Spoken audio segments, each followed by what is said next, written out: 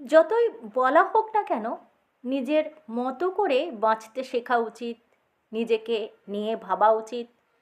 যারা মানসিক স্বাস্থ্যের জন্য ক্ষতিকর সেসব মানুষের থেকে দূরে থাকা উচিত। কথাগুলো কিছু কিছু ক্ষেত্রে শুধুমাত্র কথার কথা। কিছু কিছু মানুষ এতটাই অসহায় নিরুপায় হয়, নিজের মতো করে বাঁচা তো দূর, নিজের জন্য ভাবলেও সেটা অপরাধ হিসেবে গণ্য করা হয়। যে মানুষগুলোর সঙ্গে প্রতিনিয়ত প্রতি মুহূর্তে থাকতে হয়, যাদের জন্য সমস্ত দায়িত্ব কর্তব্য পালন করতে হয়, তাদের কাছে এতটুকু সহানুভূতি পর্যন্ত আশা করতে পারে না কেউ কেউ।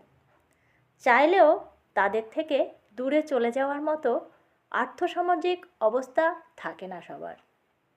কেউ কেউ শুধুমাত্র সন্তানের কথা ভেবে সারাটা জীবন দাম্পত্য নামক একটা বোঝা বয়ে নিয়ে বেড়ায়। এমন অসহায় নিরুপায় মানুষগুলো না পারে মরতে আর না পারে বাঁচতে। বাঁচা মরার মধ্যিখানে এক প্রকার জীবন কাটায় এরা। শুধুমাত্র ঈশ্বরের কাছে নীরবে চোখের জল ফেলে, কোনো একদিন তার জীবনের অন্ধকার ঘুচবে এই আশায়।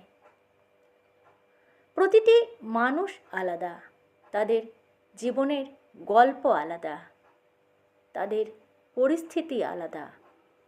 তাই কোনো মানুষকে নিজের জায়গায় এনে বিচার করাটা উচিত নয়। সব ক্ষেত্রে সবসময় জ্ঞান কাজে লাগে না।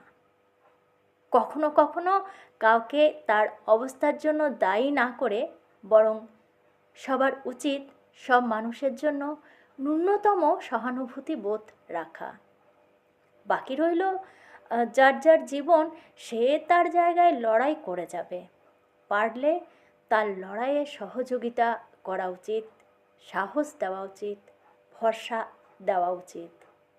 লেখায় এবং বলায় আমি পাপিয়া মণ্ডল। নমস্কার।